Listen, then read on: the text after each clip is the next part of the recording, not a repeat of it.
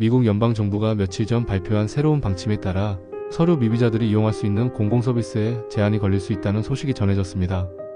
실제로 LA에 사는 한인 김모 씨의 경우 본인은 영주권자이지만 어머니가 관광비자로 와서 체류 기간이 지난 상황입니다. 뉴욕의 한인 박모 씨는 자녀들은 모두 시민권자이지만 본인이 서류 미비자입니다.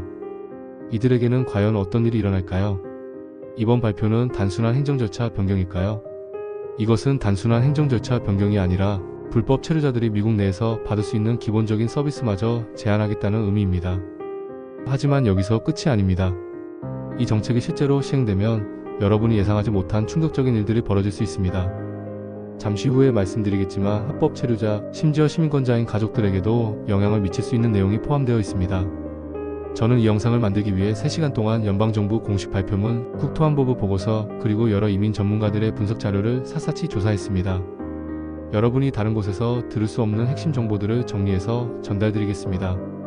그렇다면 구체적으로 어떤 변화가 일어날까요?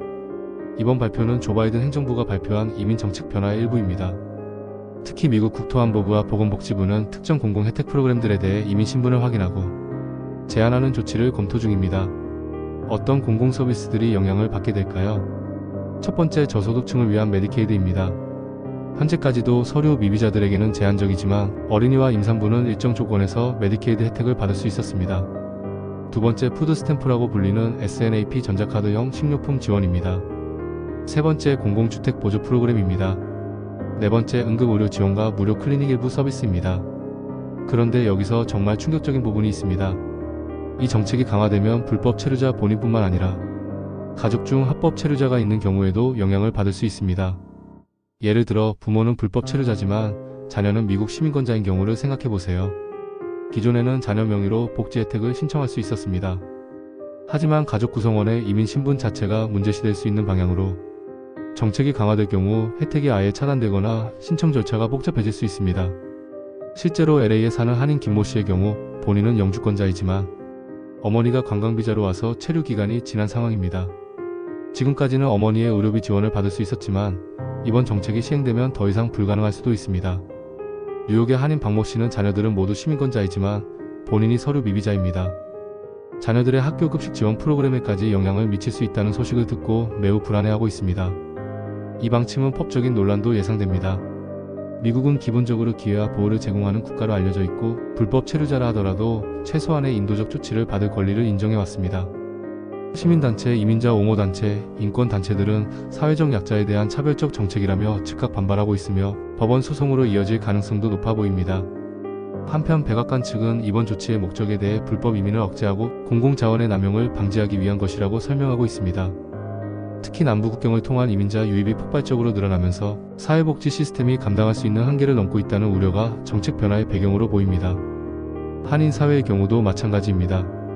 LA, 뉴욕, 시카고 등 대도시에는 여전히 많은 서류 미비 한인들이 살고 있으며 그들의 자녀, 부모, 친지들이 이 변화로 인해 간접적인 영향을 받을 수 있습니다. 특히 노년층 부모를 모시고 사는 이민 가정의 경우 부모의 건강 문제나 돌봄 서비스에서 공공자원이 중요한 역할을 하기 때문에 이번 방침은 그들의 삶을 위축시킬 수 있는 요소가 됩니다. 이러한 변화는 단지 의료나 식료품 지원 같은 복지 문제에만 그치지 않습니다. 이민자의 지역사회 내 활동, 심리적 위축, 병원 방문이나 학교 등록 같은 일상적인 활동에도 영향을 줄 수 있습니다. 불안정한 체류, 신분 때문에 도움을 받아야 할 상황에서도 병원에 가지 못하거나 공공기관을 기피하는 현상이 늘어날 수 있습니다. 그렇다면 어떻게 준비해야 할까요? 첫 번째, 정확한 정보 파악이 필요합니다. 유언비어나 인터넷 소문이 아닌 연방정부 공식 발표나 지역 한인단체 또는 변호사와의 상담을 통해 신뢰할 수 있는 정보를 얻는 것이 중요합니다. 두 번째, 서류 정리와 이민 신분 개선을 위한 절차를 가능한 한 빨리 준비하는 것이 좋습니다.